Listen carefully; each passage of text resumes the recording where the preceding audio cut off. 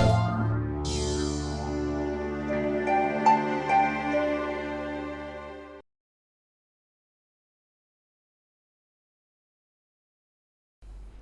good morning.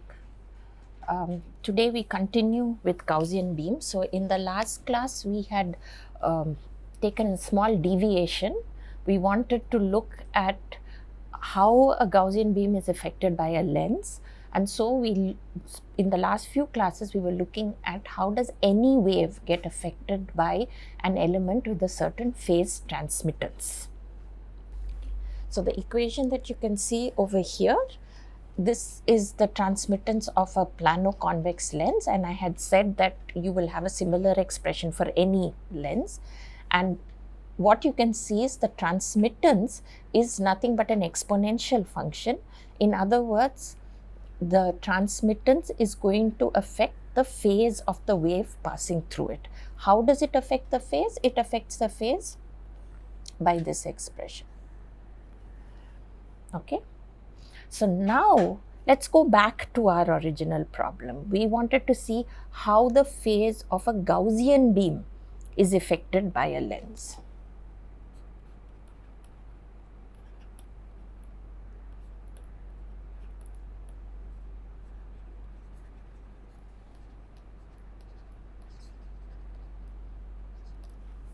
Okay. So since the transmittance of the lens is only in terms of an exponential, this term, if you remember, was just a constant. It affected the phase throughout in a similar way. So we put it under a constant. Since only the phase is affected, to answer this question of how a Gaussian beam is affected by a lens, I'll not write out the entire Gaussian beam expression, which consisted of two parts, the amplitude part and the phase part, but I'll only pull out the argument of the exponential term. Okay, so I have three terms, kz plus k rho squared by 2r, where r is the radius of curvature of the beam, minus the Gaussian phase term zeta.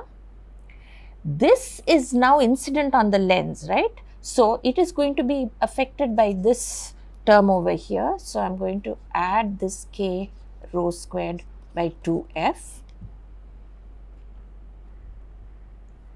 and this is going to give me the new phase front, and I can write that again in terms of k rho squared, but now the radius of curvature has changed, minus zeta.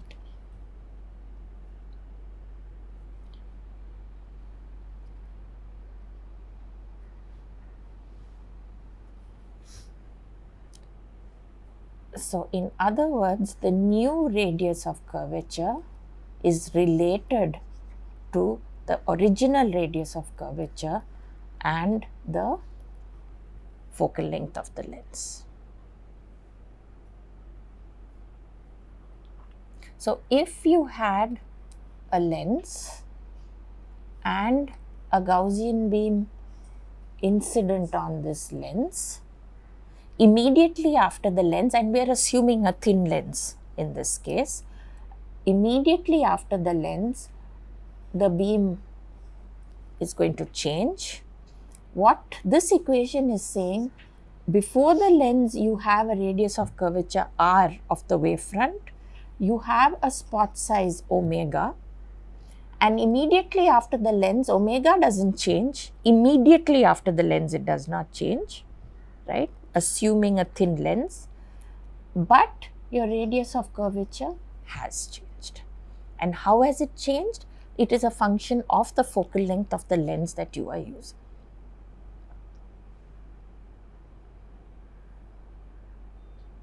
Right?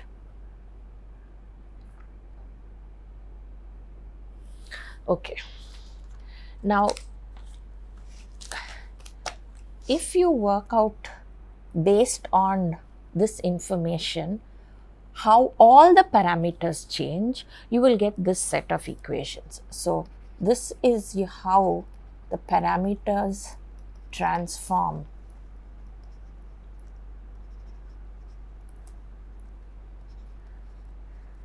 Okay, so I'm just going to give you the equations, right? So the waist radius, the new waist radius is omega naught dash, and it is nothing but the old waist radius multiplied by the magnification caused by the lens that you are using. So the location of the waist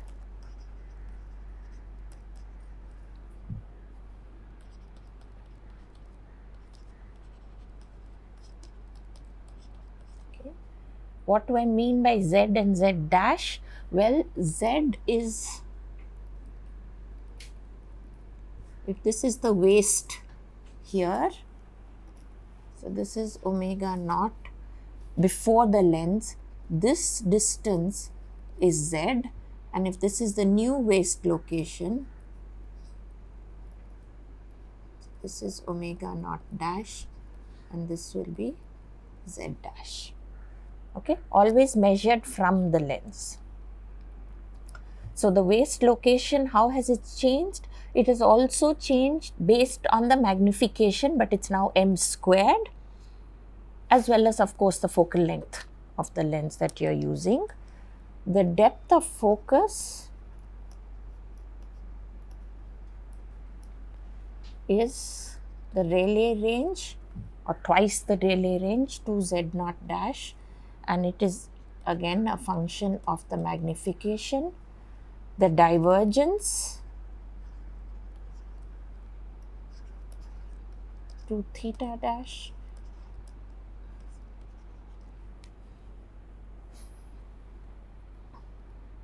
so you can see the magnification is playing a role everywhere.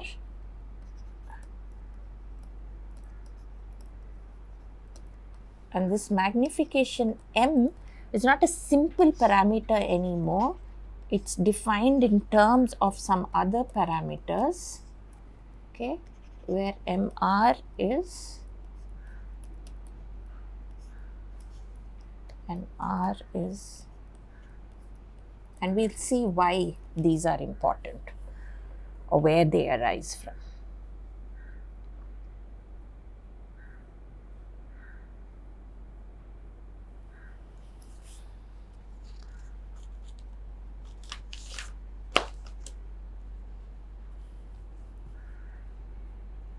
So to understand the importance of the terms that are part of this magnification, right, mr and r, let's look at r, this expression over here. Now, in the case z minus f is much greater than z0, what does that mean? If I say z minus f is much greater than z0, remember z is the location of the waist from the lens. By taking the case where z minus f is much greater than z0, you're saying you're looking at the case where the lens lies well beyond the Rayleigh range of this system, of this particular setup, okay?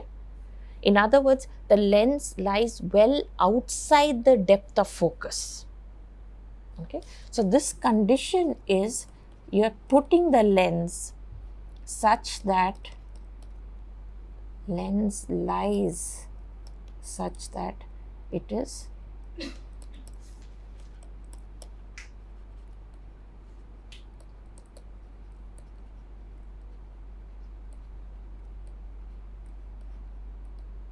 the depth of focus, of course, is z0 or 2z0. Okay. Now, the moment I make this assumption, or I look at this case, I am now controlling the values of r. By saying z minus f is much greater than z0, I am saying r has become much smaller. Or in other words, I can say m now reduces to this parameter mr.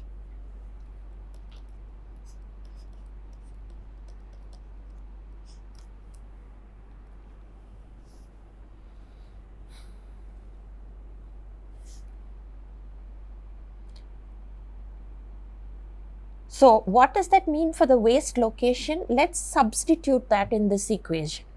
Okay, so I'm going to take z dash minus f. I'm taking this new value of magnification for this particular case. So I'll have f z minus f the whole squared z minus f.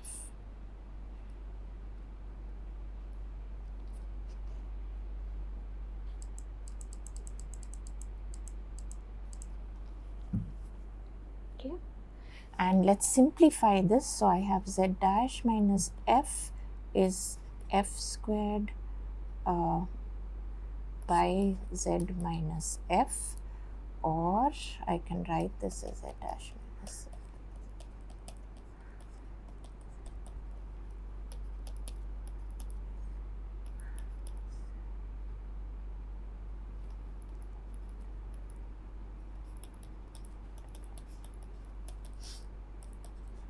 So of course this and this cancel, and I have f z dash plus f z is equal to z z dash, or if I divide throughout by z z dash, I will have f by z plus f by z dash is equal to 1, or 1 over z plus 1 over z dash is equal to 1 over. This should look somewhat familiar, right? Where have you encountered an expression like this? It's your imaging expression, right? Where you said 1 over object distance plus 1 over image distance is equal to 1 over focal length. So maybe a point hasn't been made obvious all this while that I've been talking about Gaussian beams. We said that we were dealing with ray optics in the beginning, and you could consider certain postulates and use those postulates, and you could work and explain and design a whole set of optical systems using that. And then we moved on to Gaussian beams because we said the source of light, a source like a laser, actually generates a Gaussian beam, and I cannot ignore the wave nature of the light. Maybe it wasn't very obvious to you why you couldn't ignore it, or how by looking at ray optics we were ignoring it. We got hints of that because we said in ray optics, when we focus, we can imagine ideally we are focusing light to a spot of infinitesimal size, and that is a condition where you imagine or you assume lambda tends to 0. So with respect to the other dimensions in your system, the wavelength can be considered negligibly small, and therefore you were able to make those assumptions. Now what happens when I'm dealing with a wave? You're going to start to see that the equations that you arrived at in ray optics, they're not valid anymore when I'm dealing with a Gaussian beam. So you come back to this expression and your first reaction may be, well, we know this. 1 over object distance plus 1 over image distance is equal to 1 over f. What this is telling you now is, for a Gaussian beam, this equation is true only under certain conditions. So if you were designing an optical system and you used 1 over u plus 1 over v is equal to 1 over f, but your source was a Gaussian beam, the light that was traveling through your system was a Gaussian beam, you would actually be doing an incorrect design.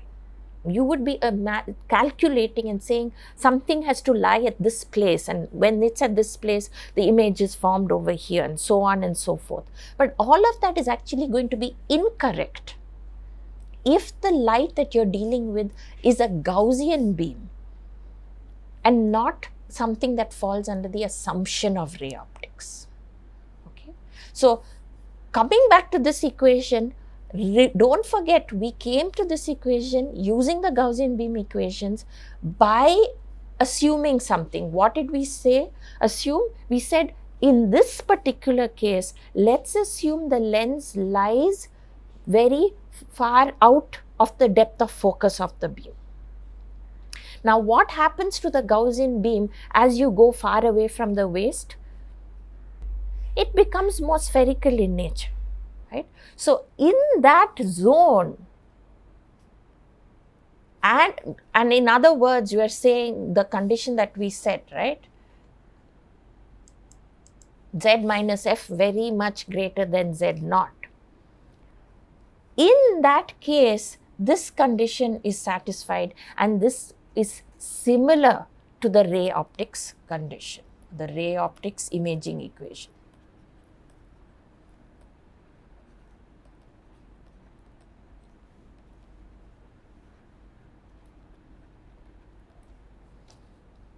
Okay. Now, we arrived at this using the magnification parameter, and we simplified the magnification parameter because of the assumption we took, right? So, this MR actually relates to kind of a ray optics limit when using the Gaussian beam or when using a Gaussian beam.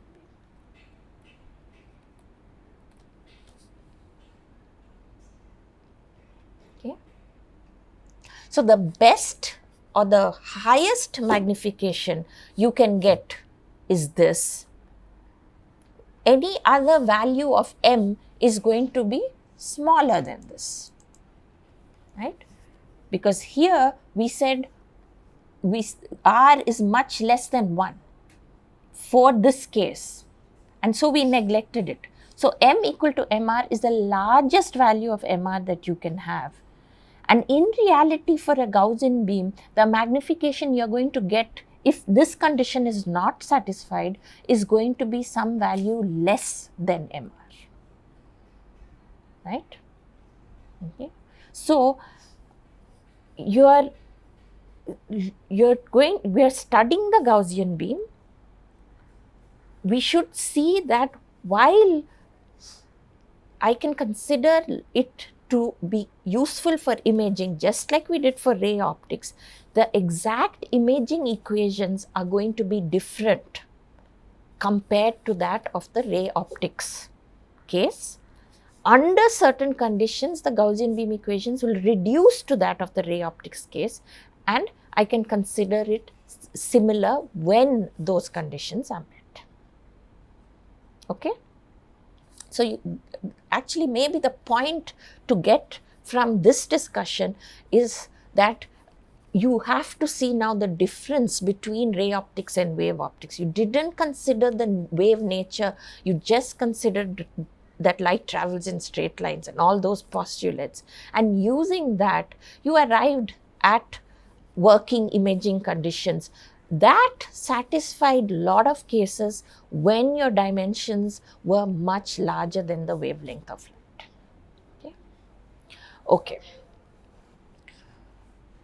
So, we are going to, in the rest of the class, just look at how we can use that set of equations. I hope you all wrote all of those beam transformation equations down, because you can play around with them and under different circumstances see how they tell us how a beam transforms and how that is useful for different applications. Okay, that's really what we're going to do for the rest of the class. But just to for the sake of completion, what I will also do once is just look at reflection from a mirror.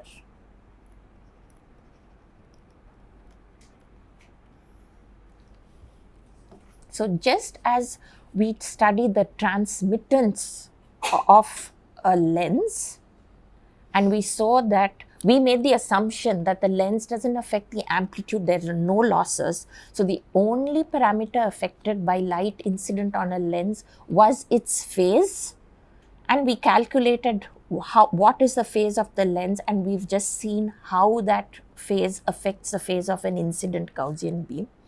Similarly, when I talk about a mirror, so I can talk about a concave mirror or a convex mirror, right? In either case, again, I'm going to assume that if I have a beam incident on either of these, there is no absorption by the mirror or the coating of the mirror, and therefore again the only change to the incident beam is going to be the phase. Okay. So the phase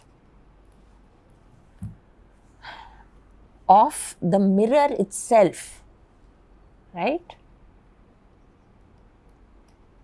just like the lens could be, its transmittance could be written in terms of a phase, I can write the reflectance in terms of phase, right, and it's also of course going to be an exponential minus j k rho squared by r, and to make it clear, this is the radius of curvature of the mirror, r suffix m. Okay. So again, if I take the Gaussian beam phase, k rho squared by 2r, here this is the radius of curvature of the beam incident on the mirror, plus zeta minus the phase changed caused by this mirror. So it's minus minus, so I'm going to have k rho squared rm, and of course what goes off again is a Gaussian beam with a new radius of curvature. Oh sorry, I have this is a negative, right?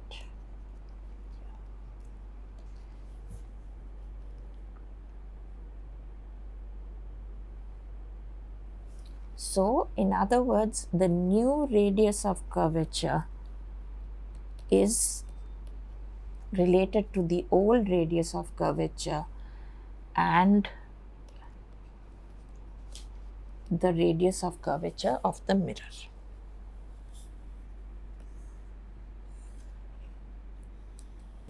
So just to be clear, this is radius of curvature of the mirror that the Gaussian beam is incident upon. This is the incident beam curvature,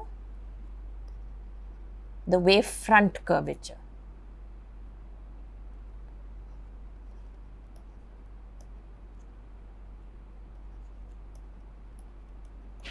And this is the changed or reflected radius of curvature. Okay. Okay. So how does the mirror affect it? Affects it by this equation. Let's look at 3 different cases. So let's take the case where the mirror has a radius of curvature rm is infinity. What kind of mirror are we talking about then? We're talking about a planar mirror. Okay. So if I have a mirror that has no curvature and I have a Gaussian beam incident on it, what does that mean? Well, the equation clearly tells me that the new radius of curvature is going to be equal to the earlier radius of curvature. What does that mean for the beam that's incident on the mirror? How do I've drawn the incident beam. What should I do for the reflected beam? It's going to act exactly the same as it would if there were no mirror. So if there were no mirror, let's say, I haven't drawn this. Let's say the beam was doing this, right? If there had been no mirror, but now because you've placed a mirror there, and let's say it's normally incident on that mirror, all that's going to happen is this. In other words, this just changes direction. And often that's why we use a mirror, right? You often use a mirror to fold. The word that's used is to fold the optical path.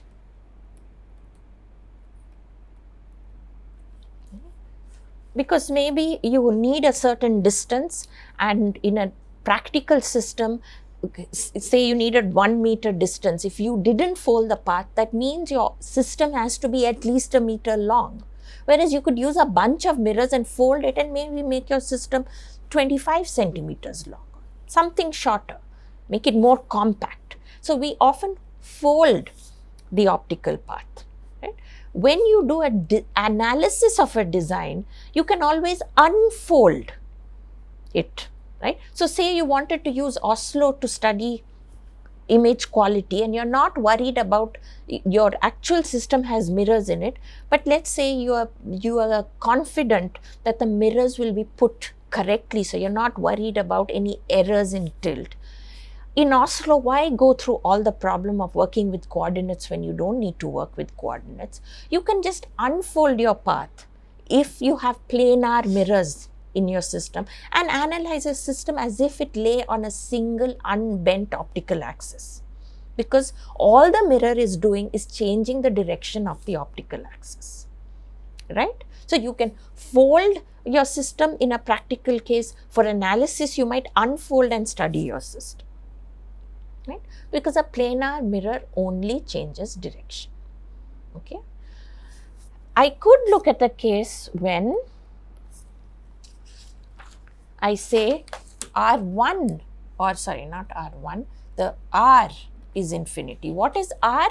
R is the incident beam radius of curvature. So if I say R is infinity, I'm now saying let's put the mirror at a specific place in the Gaussian beam, right? So my Gaussian beam,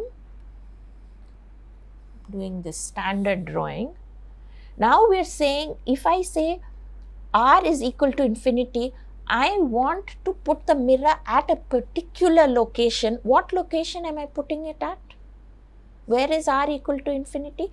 At the waist. So I'm saying put the mirror here. Whatever, it may not be, I've put a planar mirror. Could be that I'm using a curved mirror. I haven't said anything about RM. RM can have any value. But because I have located the mirror at this particular location, what will happen is 1 over R dash is going to be equal to 2 over Rm. In other words, the new radius of curvature, and in fact, let's look at the case where R dash, the radius of curvature of the mirror has some value, it's not infinite. What will R dash be with respect to R? You're now, while your incident beam, it was incident on this mirror at the place where the beam acts like a plane wave, now the beam is going to become smaller, right? Because the mirror is now focusing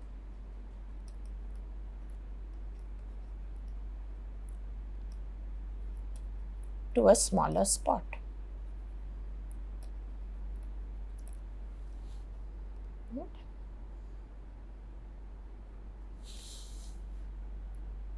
And I can look at a third case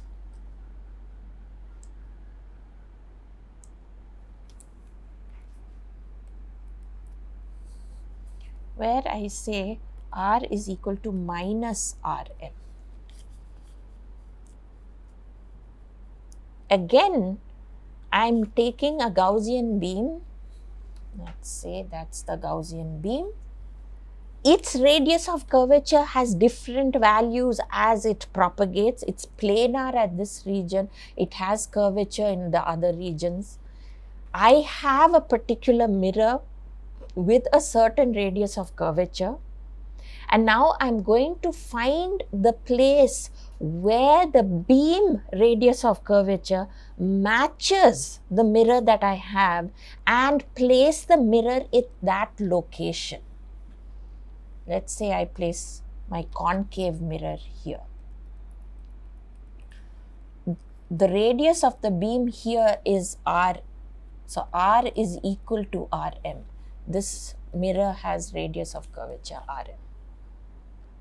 What does this imply?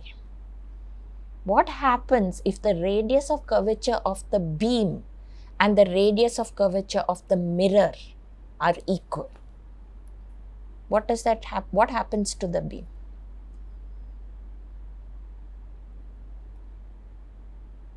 If I look at my equation, we had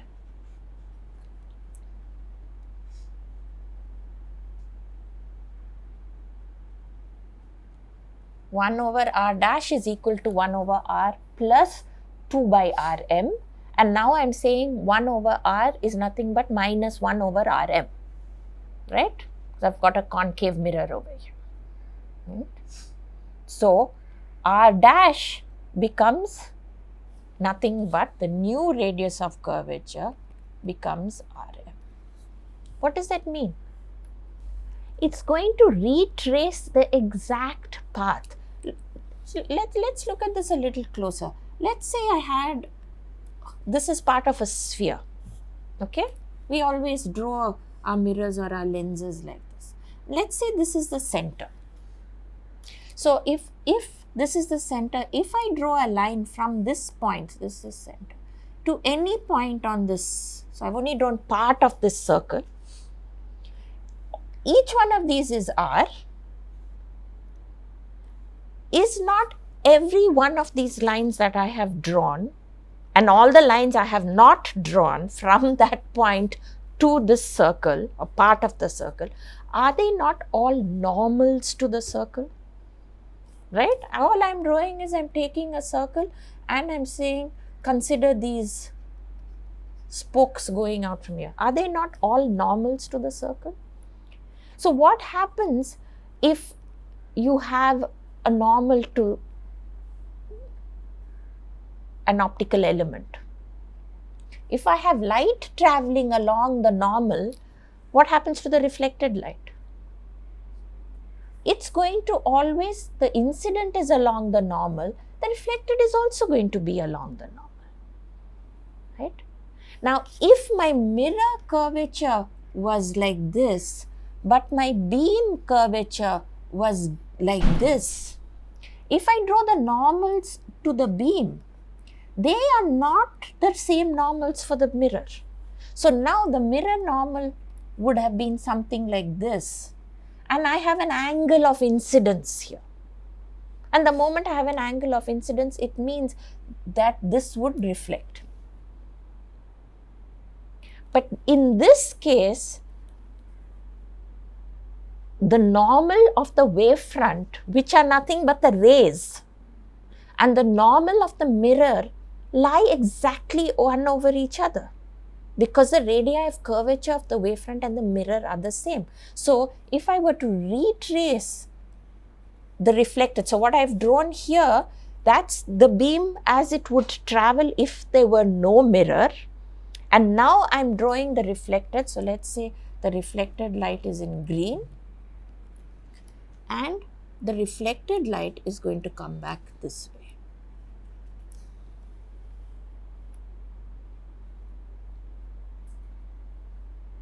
And this is exactly the condition that you set up when you're setting up a laser cavity. Because if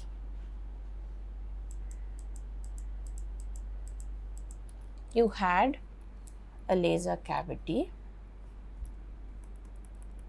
okay, one of these mirrors is maybe 99% reflective.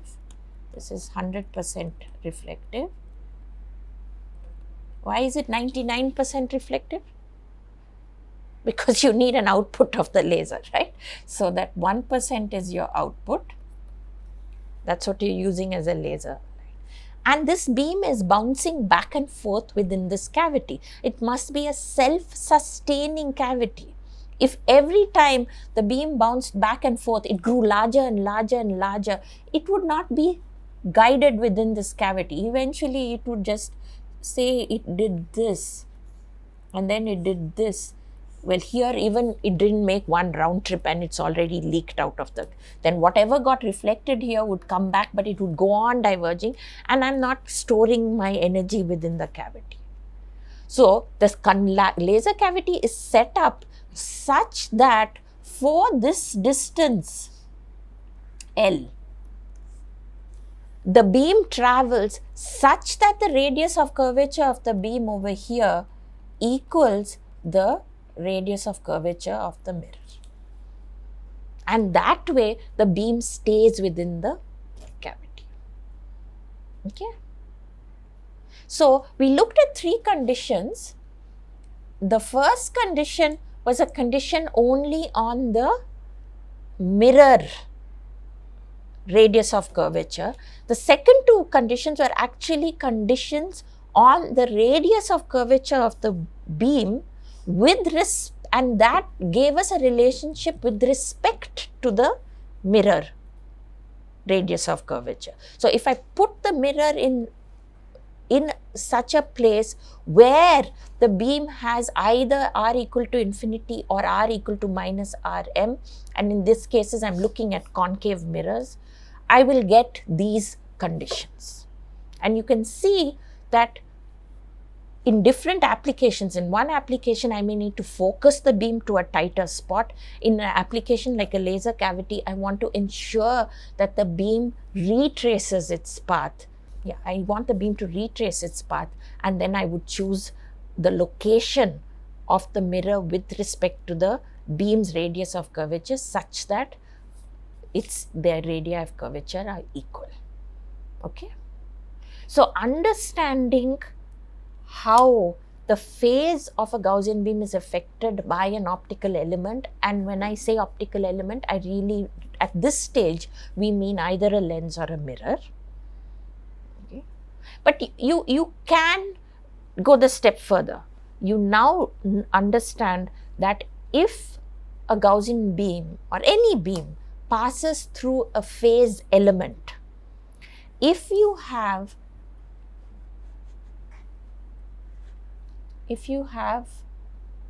a description,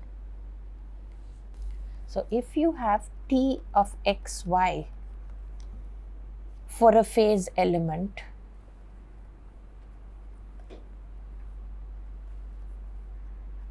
so you have an equation that tells you how the phase varies across the lateral distribution of this element, then you just need to have the Gaussian beam incident on this t of xy, and the new phase will tell you how the beam has been altered or affected by this element. We are looking at mirrors and lenses, but there are a whole host of elements that you can use and thereby manipulate the light and make it do something different. Okay, and that's the whole purpose of an optical system. If your optical system is an imaging system, then lenses and mirrors are fine. You want to either focus or collect and redirect it somewhere.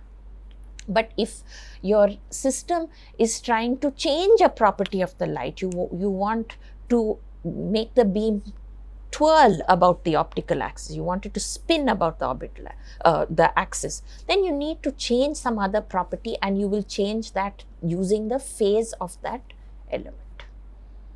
Okay, we are going to look at some examples now.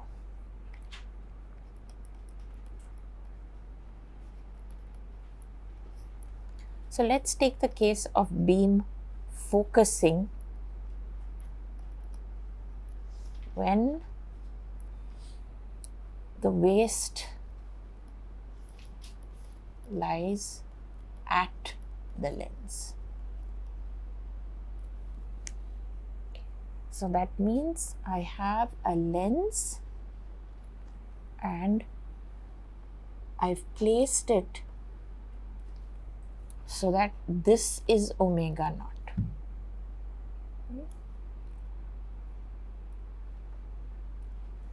This is the new omega naught dash.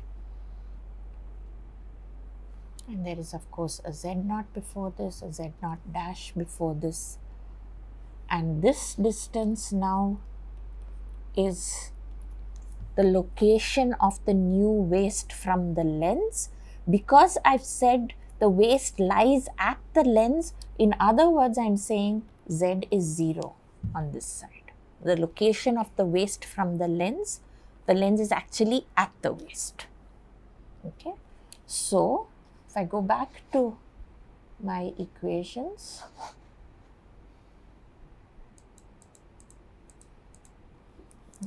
I find it easier to write them down, so I'm going to do that. Omega naught dash is m omega naught. The location z minus f is m squared z minus f. 2z naught dash is m squared 2z naught. That's a Rayleigh range. The divergence is related to the old divergence. And of course, the magnification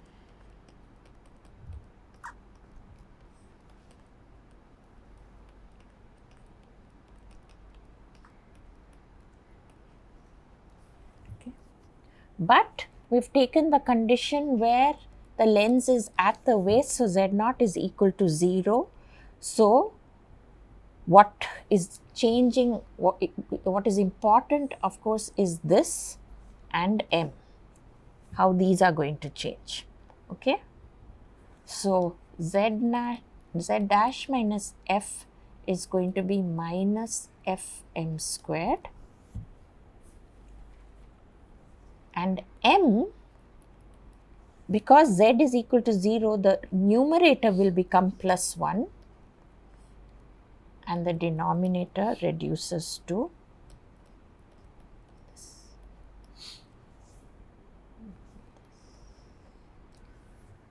Okay.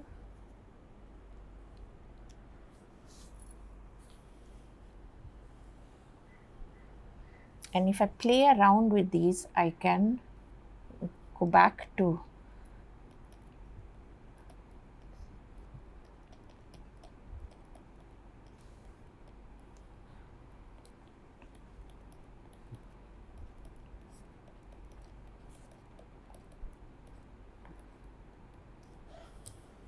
again. So, I could stop at this point and say, under this condition, I can reduce the equations for omega naught dash and z dash, that is the new waist size and the new waist location. They reduced to these two equations over here. Okay. But it's useful to again look at another case. So, if we take the case where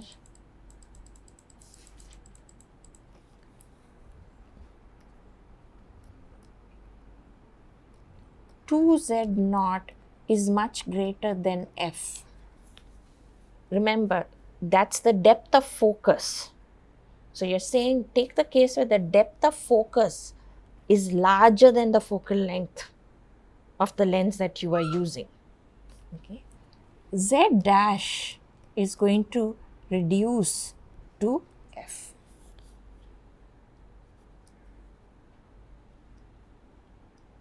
And again, this should be a result similar to what we had seen in the ray optics case, because what does this look like? Z dash, you can think of it as the imaging location. And we are saying now in this particular case, the imaging location is nothing but the focal plane. In ray optics, when did you get imaging at the focal plane? So, in ray optics,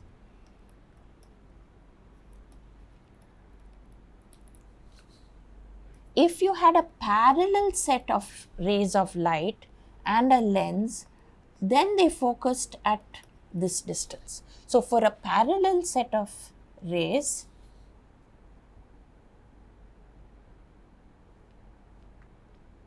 you had imaging at the focal plane. And this is nothing but imaging at the focal plane.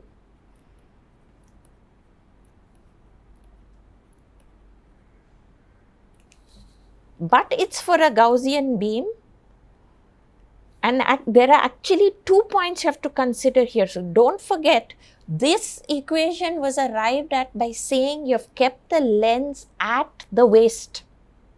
So you know that at the waist is when the Gaussian beam acts like a plane wave. So you have a plane wave. So that condition of z equal to 0 is giving the plane wave similarity, and 2z0 greater than f is giving the parallel wave similarity, the wave coming from far away. And when these two conditions are met by the Gaussian beam, you have imaging at the focal plane, and again that's not a surprising result for us. Okay. So you can often use these equations that we've arrived at and bounce between the wave nature and the ray picture by setting the correct conditions in the case of the wave, because it has to reduce to the ray optics picture under certain conditions. Okay. We can keep confirming that. Okay. Okay. We can also look at what happens. Okay, so we've looked at the position or the location, but what happens to the spot size? I can go back to my omega naught dash, and again with this condition it's going to reduce to this. It was written the expression for omega naught. Right. We have this expression for omega naught here, omega naught dash here. So I'm taking this and applying the condition, because z0 is now greater than f, so I can ignore the 1 in the denominator, and it reduces to this expression over here. But we know that z0 is pi omega naught squared by lambda. So I can write this as pi omega naught squared by lambda, or lambda f by pi omega naught. Or if I want to write it in terms of diameters, I will say this is 2 lambda f by 2 omega naught pi.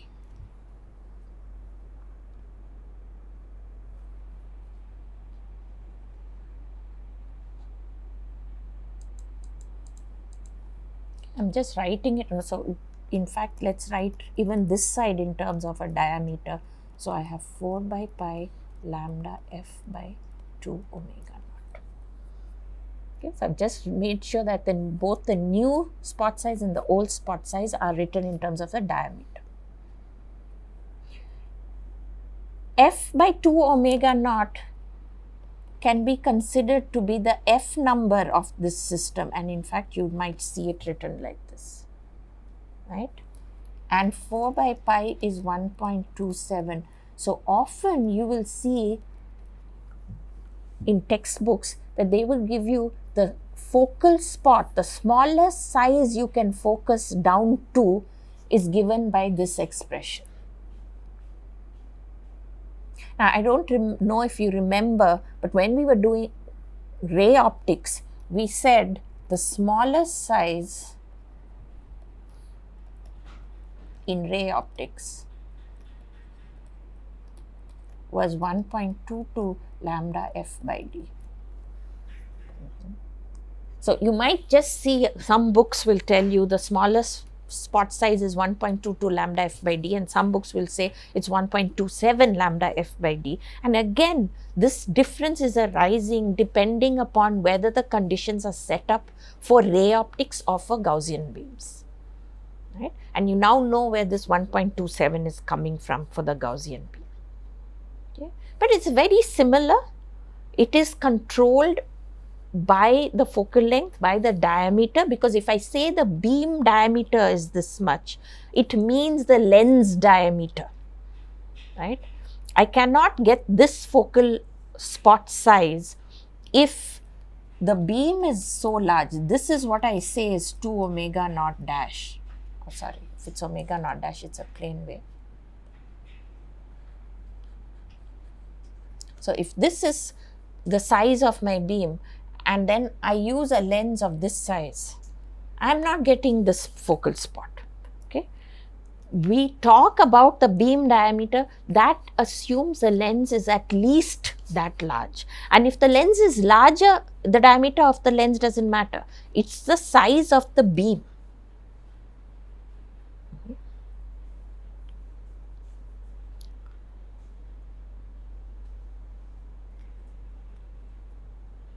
Okay. So what have we looked at in this class? We've started by saying a phase element has a transmittance that affects phase, and what we have done in this class is to look at how the phase of a Gaussian beam changes. Right? So I gave you the equations, all the transformation equations. What are they transforming? The Gaussian beam before the lens to the Gaussian beam after the lens. And to be complete, we also looked at how a mirror will affect a Gaussian beam.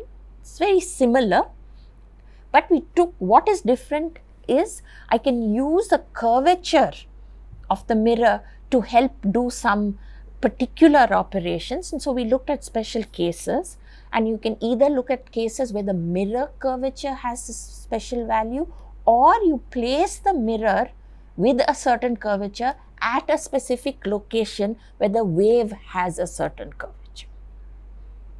And in doing so, you can achieve a certain operation. Okay. And then the last example we've seen is again placing the lens in a specific place. So in all of these, even in the case of the mirror, we're saying if I place the lens, or if I place the element at this location, so the Gaussian beam in ray optics, so if we consider a plane wave, we never bothered where we place the element. We just assume that the wave has the same property everywhere. And you can see now why a design you would do in such a system and a design you would do with Gaussian beams is going to be very different, because you have to take the nature of the beam into account. Where you place that element and what happens subsequently is very linked to what was the curvature of the beam, or was that beam the Rayleigh range such that you can consider you're in the ray optics limit or not. Okay? And you have to take all those parameters into account. Okay? So we'll look at some more of these examples in the class tomorrow.